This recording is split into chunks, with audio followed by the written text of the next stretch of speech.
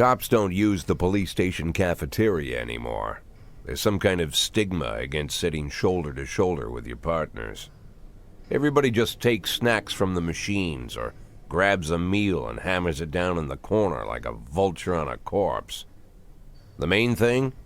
Don't look into anyone's eyes. Could be construed as an invitation to sit together. The only people eating here are ghosts.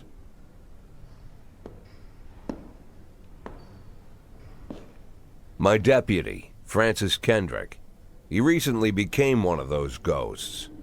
The subject of one of the most devastating corruption scandals in the history of Freeburg. No evidence to support the accusations, but everyone knows Kendrick's days are numbered.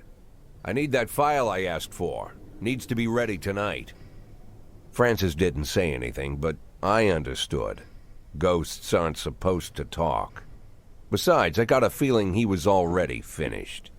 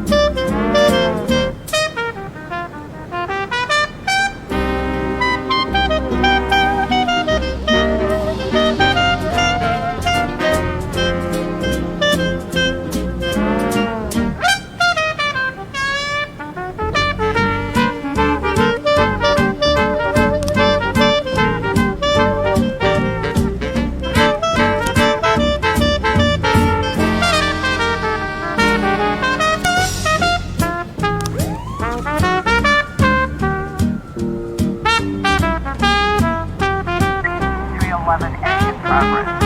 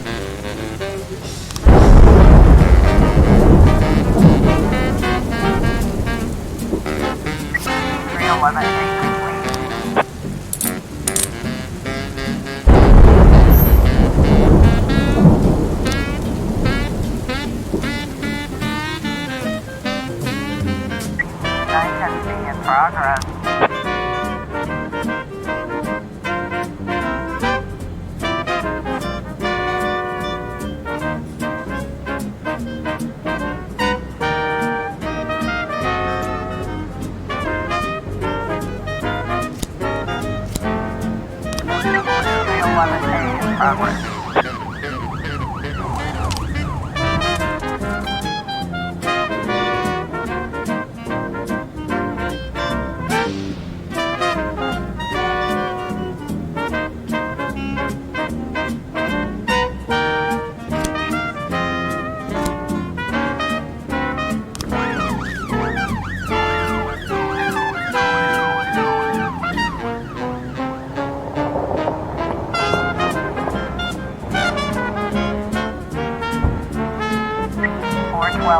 Progress.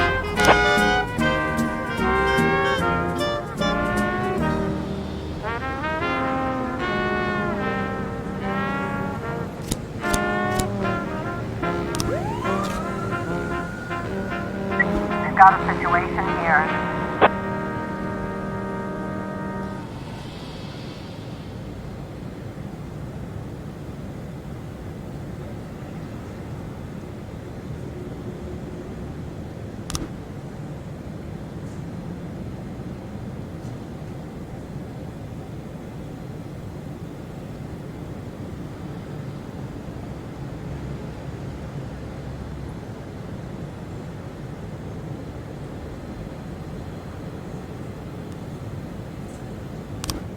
Nine testing completion.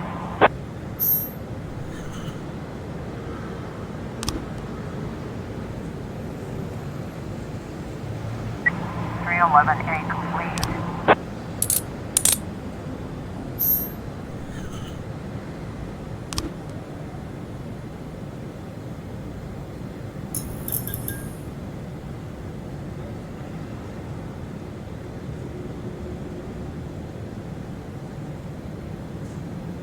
(412A) completion.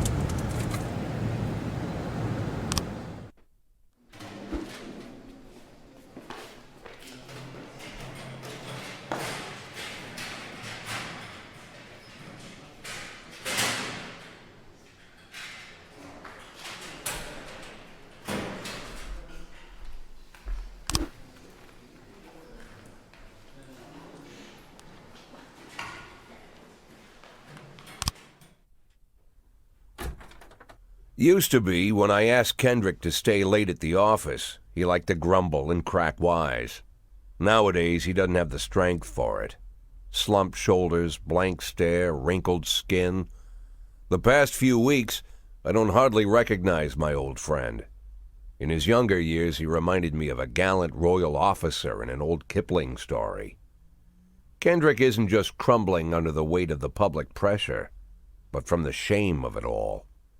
Internal Affairs raided the library he inherited from his grandfather, hoping they'd find buckets of cash stashed in the pages. Heard about the look on his face, the fearless policeman standing helpless in horror. I've known Francis for 30 years. The past 20 years he's played loose with the law. And I know that at a certain point every stolen dollar brings more misery than anything else. Probably sounds crazy, but I sympathize with the guy. What can I do? Your friends are your friends, and these are the waters we swim in. Called all of the people on that list today. Now they know you're in business, so you could get a call from any of them. You don't need to worry about any of them. I've cleared them all. And what kind of business are we talking here? It's nothing too serious, just like you asked. Should be just a few small favors. Payments will vary depending on the situation and who you're dealing with. How much are you looking to earn? $500,000. $500,000? Why not a whole million? Because everybody wants to take $1 million. Figured I'd try something different. $500,000 in 180 days? Well, you could earn it all above board if you netted all the big fish and hit all your bonuses. Never knew you for a fisherman. Well, you never got into my business, and I'm not trying to get into yours. But be careful about bringing in any other cops. Sooner or later, they'll put the finger on you. And one more thing, Jack. I remember what you said, but I should probably add one more name to that list. Christopher Sand. Sand. Christopher G. Sand. Everyone knows the name, but few could tell you who he is. The old man stays away from the spotlight. Always wears old-fashioned jeans and knitted sweaters. Gives to charity. Rarely attends social events. An avid hunter, I hear. Even dabbles in poetry. You'd never guess he's the head of the oldest and most powerful gang in the city. Goes back as far as his great-grandfather. And Sand is strict about following the old rules. He rarely involves himself in commonplace murders and robberies. Hardly needs to intimidate anyone to get his point across. The people who work for him each have their sphere. They provide protection where needed, even work with the authorities when they want to make a deal. Meanwhile, Sand pulls the strings without getting his hands dirty. People sometimes mistake his quiet approach. A couple years ago, an arms dealer decided to expand its business without asking permission, and his whole family paid the price. In 4 weeks, Sand killed 31 people. Old men, women, even a few teenagers. And Sand's people made sure every paper reported it. Frank, I don't want to hear you say that name again. Jack, please, listen to me. I'm in with these guys. We agreed, Frank. That's not the kind of business I'm into. I don't go there. Never have, never will.